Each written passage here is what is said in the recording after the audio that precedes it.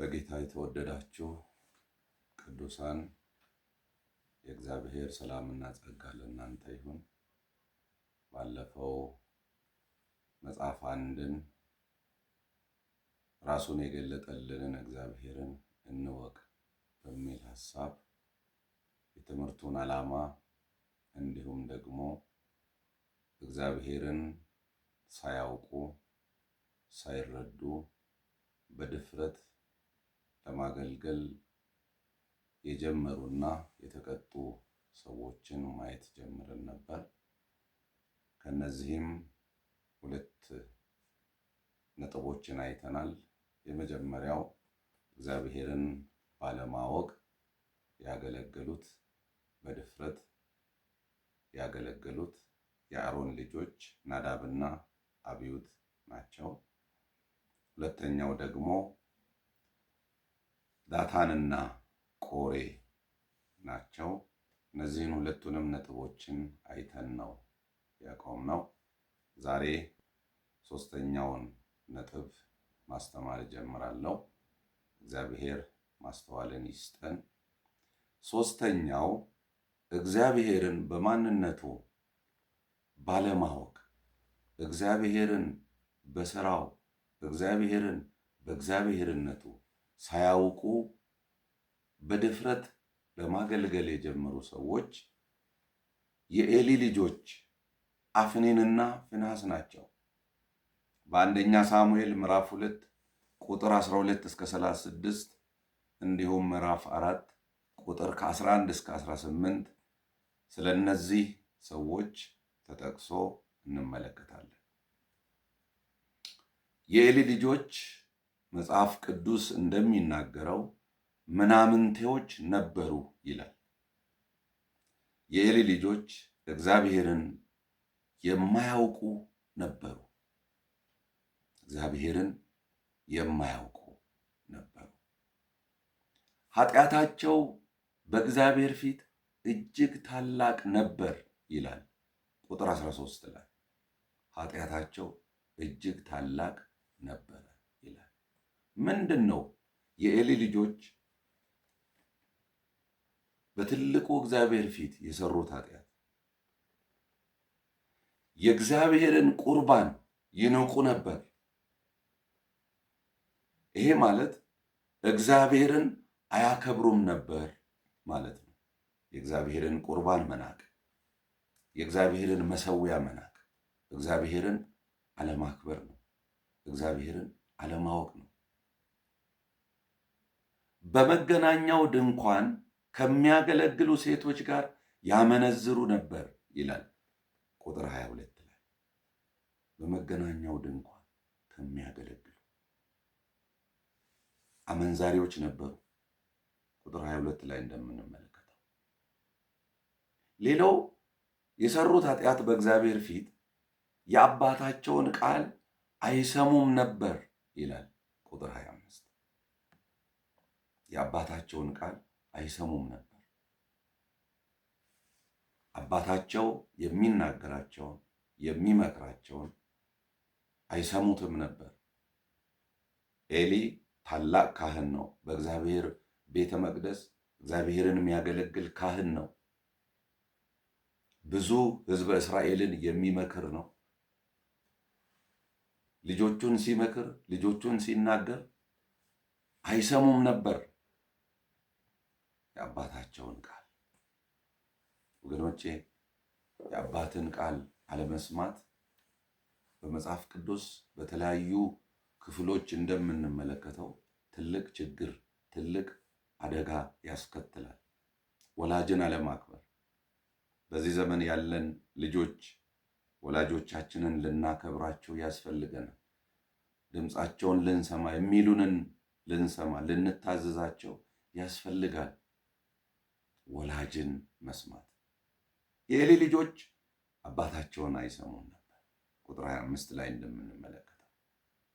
ሌላው እግዚአብሔር እንዲያቀርቡ ያዘዘውን ቁርባኑን እና መስዋዕቱን ናቁ፣ አቀለሉት ይላል ቁጥር 29 ላይ። አቀለሉት። የእግዚአብሔርን ቁርባን አቀለሉት። በእግዚአብሔር ፊት በመሠዊያው ፊት በቤተ መቅደሱ ውስጥ ለእግዚአብሔር እንዲያቀርቡ የታዘዙትን ቁርባን አቀለሉት። ካህናት ናቸው፣ የካህን ልጆች ናቸው። አቀለሉት፣ መስዋዕቱን ናቁ። እግዚአብሔርን በእግዚአብሔርነቱ ካለማወቅ ጋር የሚመጣ ችግር ነው። ያ ብቻ አይደለም። ኤሊም ከእግዚአብሔር ይልቅ ልጆቹን አከበረ ይላል ቁጥር 29። ኤሊም ከእግዚአብሔር ይልቅ ልጆቹን አከበረ። እግዚአብሔርን ማክበር ሲገባው፣ ትልቁን እግዚአብሔርን የሚያገለግለውን እግዚአብሔርን ማክበር ሲገባው፣ መገሰጽ ሲገባው፣ ማረም ሲገባው ልጆቹን አከበረ ይላል። ትልቅ ትምህርት እዚህ ጋር አለ። ወላጆች ከእግዚአብሔር ይልቅ እግዚአብሔር የሰጠንን በረከት፣ የልጅ በረከት ምናበልጥ ከሆነ፣ ከፍ አድርገን ምናይ ከሆነ እግዚአብሔር ያዝናል፣ እግዚአብሔር ይቆጣል። መከበር ያለበት ሰጪው እንጂ የተሰጠን በረከት አይደለም። መከበር ያለበት ሰጪው እንጂ የተሰጠን ትውልድ አይደለም። ኤሊ ከእግዚአብሔር ይልቅ ልጆቹን አከበረ። እንግዲህ እግዚአብሔርም በቁጥር 30 ላይ እንደተናገረው የሚያከብሩትን እንደሚያከብር የናቁትን ግን እንደሚናቁ እንመለከታለን። እግዚአብሔር ያከበሩትን ያከብራቸዋል፣ የናቁትን ይንቃቸዋል። እግዚአብሔርን ማክበር፣ እግዚአብሔር በሚያከብሩኝ እከበራለሁ ብሏል። ስለዚህ ናቃቸው። የኤሊን ልጆች እግዚአብሔር ናቃቸው። ያ ብቻ አይደለም። በቤቱ ሽማግሌ እንዳይገኝ ክንዱንም የአባቱንም ቤት ክንድ የሚሰብርበት ዘመን እንደሚመጣ እግዚአብሔር ተናገረ። ቁጥር 32 ላይ ክንዱን እንደሚሰብር፣ በቤቱ ሽማግሌ እንዳይገኝ የአባቱንም ቤት እንደሚሰብር ዘመን እግዚአብሔር እንደሚያመጣ እግዚአብሔር ሲናገር እንመለከታለን። ከቤቱ የሚወለዱ ሰዎች ሁሉ በጎልማሳነታቸው እንደሚሞቱ እግዚአብሔር ተናገረ። ቁጥር 33 ላይ በጎልማሳነታቸው ዕድሜ ሳይጠግቡ ያሰቡበትን ሳይደርሱ እንደሚሞቱ እግዚአብሔር ተናገረ። ሁለቱም ልጆቹ በአንድ ቀን ሞቱ። ቁጥር 34 እና እንዲሁም ምዕራፍ 4 ቁጥር 11 ላይ የኤሊ ልጆች ሞቱ በአንድ ቀን። እግዚአብሔርን ባለማወቅ ማገልገል፣ እግዚአብሔርን መዳፈር፣ የእግዚአብሔርን መሠዊያ መዳፈር፣ የእግዚአብሔርን ቁርባን መዳፈር ያስቀጣል፣ ያስቀጣል። ወገኖቼ ጥንቃቄ ያስፈልጋል። ከእግዚአብሔር ጋር በሚኖረን ህብረት፣ ከእግዚአብሔር ጋር ባለን ግንኙነት ጥንቃቄ ያስፈልገናል፣ መጠንቀቅ ያስፈልገናል። ስለዚህ የኤሊ ልጆች ሞቱ በአንድ ቀን። ያሳዝናል። ያ ብቻ አይደለም። በነሱ ሰበብ፣ በነሱ መዘዝ ከእስራኤል ብዙ ህዝብ ተገደሉ ይላል ምዕራፍ 4 11 ላይ ብዙ ህዝብ ሞቱ ከእስራኤል። ያ ብቻ አይደለም። የእግዚአብሔር ታቦት በፍልስጤማውያን ተማረከ ይላል ቁጥር 11 ላይ 4:11 ላይ የእግዚአብሔር ታቦት በፍልስጤማውያን ላይ በፍልስጤማውያን ተማረከ፣ ተወሰደ። ታቦት እግዚአብሔር በሕዝቡ መካከል የሚገኝበት ምልክቱ ነው። እግዚአብሔር በሕዝቡ መካከል ተገኝቶ ከሕዝቡ ጋር ኅብረት እንደሚያደርግ መልእክት እንደሚናገር መገለጫ ምልክቱ ነው ታቦት። ስለዚህ በኤሊ ልጆች በኤሊም ልጆቹን አለመገሰጽ ምክንያት የእግዚአብሔር ታቦት ተወሰደ። ወገኖቼ እግዚአብሔር ሁል ጊዜ ከሕዝቡ ጋር ነው ጉዳዩ፣ ከሕዝቡ ጋር ነው፣ ከሕዝቡ ጋር ነው። ስለዚህ ታቦቱ እንዲወሰድ እንዲማረክ ዝም አለ። እግዚአብሔር ዝም አለ። ያ ብቻ አይደለም። ኤሊም የሆነውን ሁሉ ሲሰማ ደንግጦ ሞተ ይላል። አንደኛ ሳሙኤል 4 ቁጥር 18 ላይ ደንግጦ ሞተ። ስለ ልጆቹ መሞት ሲሰማ፣ ስለ እግዚአብሔር ታቦት መማረክ ሲሰማ ደንግጦ ከተቀመጠበት ወንበር ወድቆ ሞተ። ትልቅ ኪሳራ ለሕዝበ እስራኤል ኪሳራ፣ ለኤሊ ኪሳራ፣ ለቤቱ ኪሳራ። እግዚአብሔርን አለማወቅ፣ እግዚአብሔርን እንደ እግዚአብሔርነቱ አለመፍራት ትልቅ ኪሳራ። በዚህን ጊዜ ነው የፊንሃስ ሚስት በድንገት ምጥ ያዛትና ወንድ ልጅ ወለደች። ስሙንም ኢካቦድ አለች። ኢካቦድ ማለት የእግዚአብሔር ክብር ከእስራኤል ለቀቀ ማለት ነው። የእግዚአብሔር ክብር፣ የእግዚአብሔር መገኘት፣ የእግዚአብሔር ሕልውና ከእስራኤል ለቀቀ፣ ከእስራኤል ሄደ ይላል። ኢካቦድ ወገኖቼ፣ ኢካቦድ አይሁንብን። እግዚአብሔር በክብሩ በመካከላችን ለዘላለም ይኑር። ሕልውናው ይገለጥልን። የእግዚአብሔር ክብር ከተወሰደ፣ የእግዚአብሔር ክብር ከሄደ ለእስራኤል ትርጉም የለውም፣ ትርጉም የላቸው። ክብራቸው ተወሰደ፣ ሕልውናቸው ተወሰደ፣ መታወቂያቸው ተወሰደ። ኢካቦድ ክብር ለቀቀ። ክብሩ አይልቀቅ። ከቤተ ክርስቲያናችን ክብሩ አይልቀቅ። ከቤታችን ክብሩ አይልቀቅ። በትውልዳችን መሃል ክብሩ አይልቀቅ።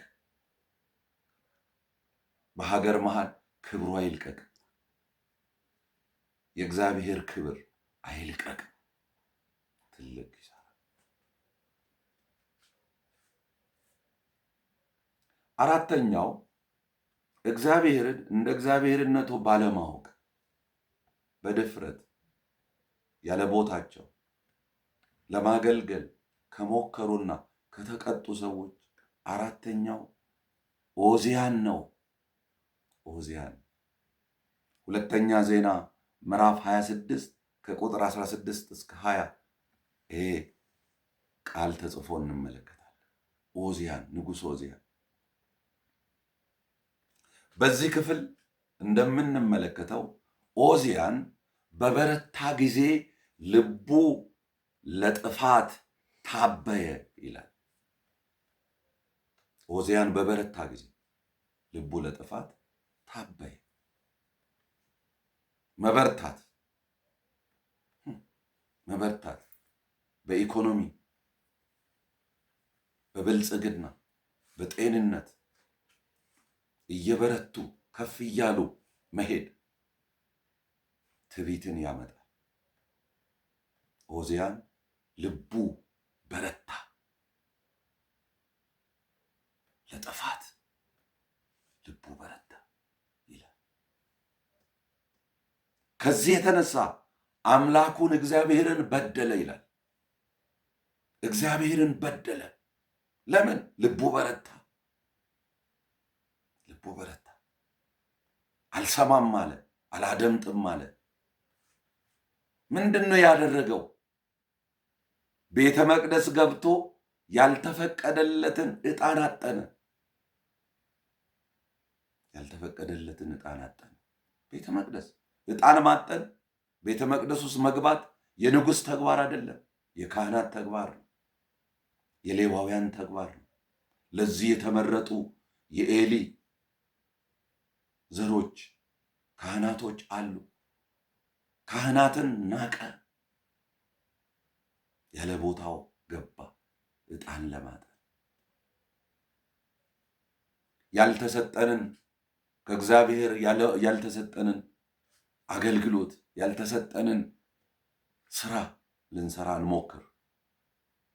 ሁሉም በስጦታው ሁሉም በቦታው እግዚአብሔርን ሊያገለግል ያስፈልጋል። ልናገለግለው ያስፈልገናል። ስህተት እንደሰራ ካህናት ሲነግሩት እጅግ ተቆጣቸው ይላል። ስህተት እንደሰራ ካህናት ልክ አይደለህም፣ ንጉሥ ዖዝያ ልክ አይደለህም፣ የሰራው የሆንከው ልክ አይደለህም ብለው ሊያርሙት ሲሞክሩ፣ ስህተቱን ሊነግሩት ሲሞክሩ እጅግ ተቆጣቸው። ከቤተ መቅደሱ ሳይወጣ እግዚአብሔር በለምጽ በሽታ ቀሰፈው ይላል። ከቤተ መቅደሱ ሳይወጣ እግዚአብሔር በለምጽ በሽታ ቀሰፈው። በእግዚአብሔር መዳፈር ያስቀስፋል። በእግዚአብሔር ነገር መዳፈር ያስመታል። ወገኖቼ እንጠንቀቅ። በዚህ ዘመን ያለን አገልጋዮች፣ በዚህ ዘመን ያለን መሪዎች፣ በዚህ ዘመን ያለን ባለስልጣናት በእግዚአብሔር ነገር አንዳፈር። ያስመታል፣ ያስቀስፋል። እንግዲህ ለምጽ ከባድ ቅስፈት ነው። ዖዝያን እስከ ዕለተ ሞቱ ድረስ ከማህበረሰቡ ተለይቶ ለብቻው ኖረ ይላል። እስከ ዕለተ ሞቱ ከማህበረሰብ ተገለለ፣ ለብቻው ኖረ። እድል ፈንታው ብቻውን መኖር ሆነ። ከማህበረሰብ ወጣ፣ ከሕዝበ እስራኤል ማህበረሰብ ወጣ፣ አስወጣው። ምክንያቱም ለምጽ ያለበት ሰው በዛን ጊዜ ተለይቶ ነው የሚኖረው። እግዚአብሔር እጁ ደርሶለት ካልፈወሰው በቀር ከለምጹ ካልነጻ በቀር የዚያ ሰው እድል ፈንታው ተገልሎ ተለይቶ መኖር። ዖዝያን ይሄ እድል ነው የገጠመው። በእርሱ ፈንታ ልጁ ኢዮአታም በሕዝቡ ላይ ይፈርድ ነበር ይላል። ንግስናውን አጣ፣ ዙፋኑን አጣ፣ በትረ ስልጣኑን አጣ፣ ወንበሩን አጣ። ወገኖች፣ እግዚአብሔር የማይደፈር አምላክ ነው፣ የማይሞከር አምላክ ነው። በጣም ልንጠነቀቅ ያስፈልጋል። በእግዚአብሔር ነገር፣ በቤተ ክርስቲያን ውስጥ በእግዚአብሔር ጉዳይ አንዳፈር፣ በእግዚአብሔር ንብረት አንዳፈር፣ በእግዚአብሔር ገንዘብ አንዳፈር፣ በእግዚአብሔር ጸጋ አንዳፈር። ያለ ቦታችን አንግባ፣ ያለ ቦታችን አንሰለፍ፣ ያለ ቦታችን ለማገልገል አንሞክር።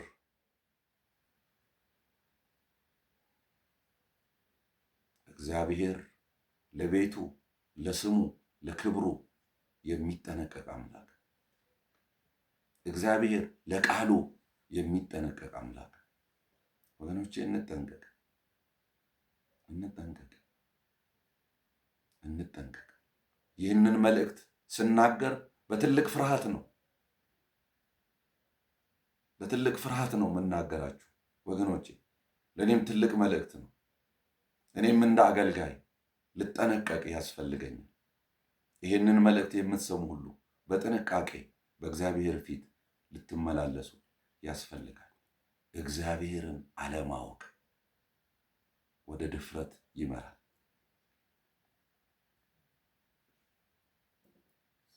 አምስተኛው እስራኤል ነው። አምስተኛው እስራኤል እግዚአብሔርን አያውቁትም ነበር። ነገር ግን እግዚአብሔር የጠራቸው፣ እግዚአብሔር የመረጣቸው የእስራኤል ልጆች፣ የአብርሃም ዘሮች፣ የያዕቆብ ትውልድ ናቸው ሕዝበ እስራኤል።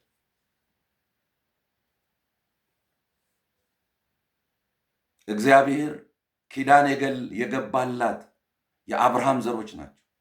እግዚአብሔር በኪዳን ያሳደጋቸው መንፈሳዊ ልጆቹ ናቸው እስራኤላውያን።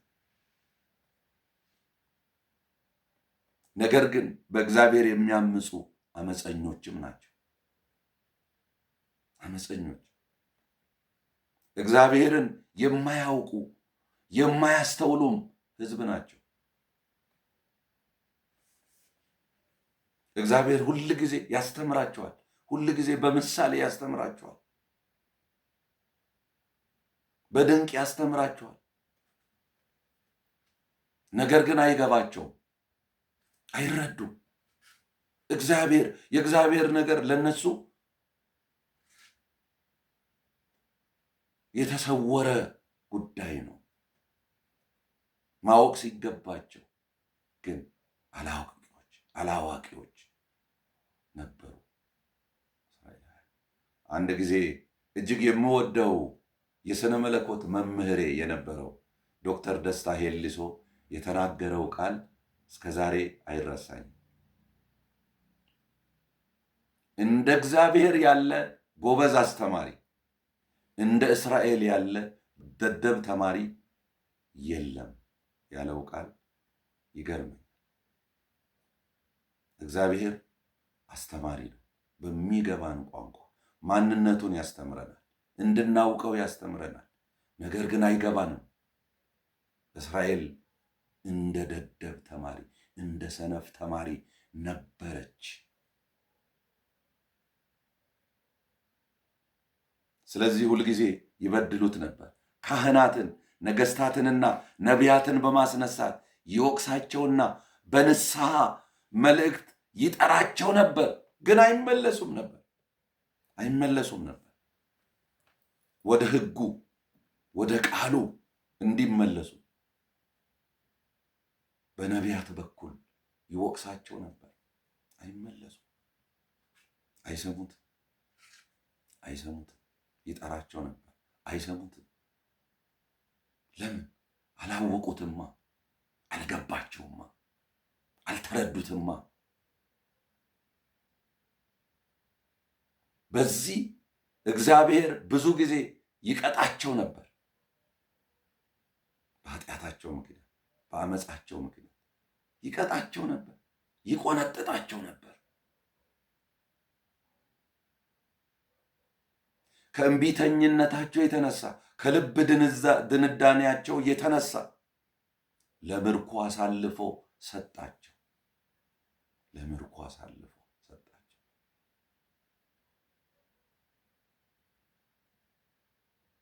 እጅግ ኃጢአተኛ በሆኑ፣ እጅግ ክፉ በሆኑ፣ እጅግ በሚያሰቃዩ በአሦራውያንና በባቢሎናውያን በከለዳውያን እጅ አሳልፎ ሰጣቸው። ለምን? በሱ ላይ ያምፁ ነበር፣ አይሰሙትም ነበር። ግኖቼ ዛሬም ብዙ ሰዎች የእስራኤላውያን አይነት ልብ ነው ያለን። እግዚአብሔርን አናውቀው፣ እግዚአብሔርን አንሰማው፣ እግዚአብሔርን አንታዘዘው። በእግዚአብሔር ላይ እናምጻለን። ትልቁ ኃጢአት አመፅ ነው። በእግዚአብሔር ላይ ማመፅ፣ እግዚአብሔርን አለመታዘዝ። አመፅ ቅጣትን ያስከትላል። እንዳንቀጣ ልንጠነቀቅ ያስፈልጋል። በእግዚአብሔር ነገር ላይ አናምፅ። ሌላው ስድስተኛው ሐናንያና ሰጲራ ናቸው። በሐዋርያት ሥራ ምዕራፍ 5 ቁጥር 1 እስከ 11 ስንመለከት የሐዋርያት ሥራ 5 ቁጥር 1 እስከ 11 በዚህ ክፍል ታሪኩን እንደምንመለከት ሐዋርያት ያላቸውን በአንድነት በማድረግ ለመጠቀም በመስማማት ሁሉንም አመጡ ይላል። አንድ ላይ ለመሆን በአንድ ላይ ሆነው አንድ ማህበረሰብ፣ አንድ ቤተሰብ ሆነው በአንድነት እየኖሩ በአንድነት እየበሉ በአንድነት እየጠጡ የእግዚአብሔርን መንግሥት ለማስፋት ተስማሙ። ስለዚህ ሁሉም ያለውን ነገር ሽጦ በሐዋርያት እግር ስር ያስቀምጥ ነበር ይላል። ሐናንያና ሰጲራ ያላቸውን ሽጠው ግማሽ በማስቀረት ወደ ሐዋርያት እግር ስር አመጡ። ምን አድርገው? ግማሽ አስቀርተው።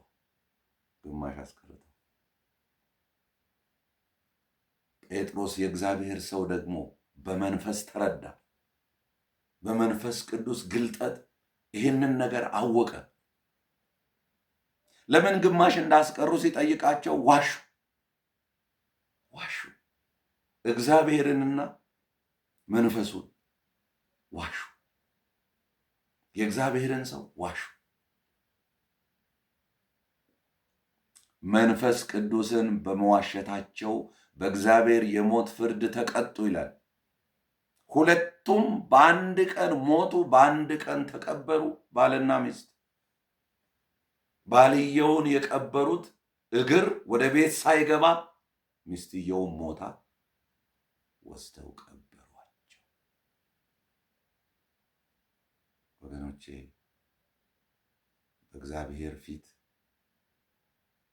በእግዚአብሔር ቤት መዋሸት፣ የሌለውን ነገር መናገር፣ ከእግዚአብሔር ነገሮችን ለመሰወር፣ ከእግዚአብሔር ለመስረቅ መሞከር ትልቅ ኃጢአት ነው። ዛሬ አስራት የምንሰርቃለን። የእግዚአብሔርን አስራት ለራሳችን በልተን ለራሳችን ጉዳይ አውለን የምንዋሽ፣ የእግዚአብሔርን ቤት ገንዘብ በልተን የምንዋሽ፣ የእግዚአብሔርን ነገር ለራሳችን ጉዳይ አውለን የምንዋሽ፣ የምናስተባብል አለን። እግዚአብሔር ያያል። እግዚአብሔር በመንፈሱ ይገልጣል። በጣም ልንጠነቀቅ ያስፈልጋል ወገኖቼ።